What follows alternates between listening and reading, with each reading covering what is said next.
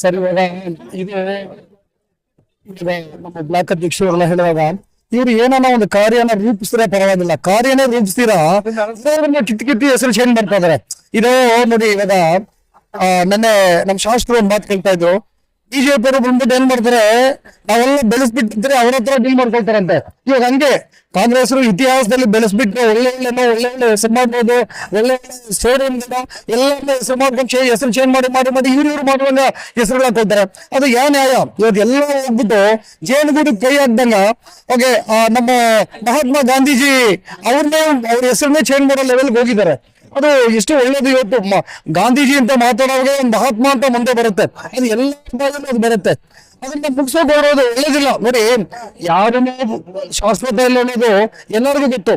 ಇರೋ ಟೈಮಲ್ಲಿ ಏನೋ ಒಳ್ಳೇದು ಗುಡ್ಡೆ ಹಾಕ್ಬಿಟ್ಟು ಹೋಗ್ಬೇಕಂತ ಎಲ್ಲರೂ ಆಸೆ ಬೀಳ್ತಾರೆ. ಒಳ್ಳೆ ಗುಡ್ಡೆಗೆ ಏನಂತ ನೋಡ್ಬೇಕು ಅಷ್ಟೇ.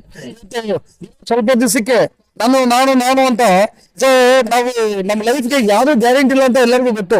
ಶಾಸಕರು ಹೇಳ್ತಾ ಇರ್ತಾರೆ ಯಾವಾಗಲೂ, ಎಣ್ಣೆ ಹರಿ ಸಾಹೇಬ್ರು ಒಂದು ಮೊಬೈಲ್ ತಗೊಂಡ್ರೆ ಅಟ್ಲೀಸ್ಟ್ 1 ವರ್ಷ ಗ್ಯಾರಂಟಿ ಇದೆ. ನಮ್ಮ ಲೈಫ್ಗಳಿಗೆ ಏನೋ ಗ್ಯಾರಂಟಿ ವಾರಂಟಿ ಏನಿಲ್ಲ ಅಂತ. ಈ ತರ ಒಂದು ಪರಿಸ್ಥಿತಿಯಲ್ಲಿ ಅದನ್ನ ಕಿತ್ತಿಲ್ಲ, ಇದು ಚೇಂಜ್ ಮಾಡು ಅದು ಚೇಂಜ್ ಮಾಡು. ಇತಿಹಾಸದಲ್ಲಿ ಯಾರೋ ಒಬ್ರು ಕಷ್ಟ ಬಿದ್ದಿದ್ರೆ ಆ ಇತಿಹಾಸನ ಬಂದ್ಬಿಟ್ಟು ಹಿಸ್ಟ್ರಿಯಲ್ಲಿ ಜನ ಮಾತಾಡ್ಬೇಕ್ರಿ.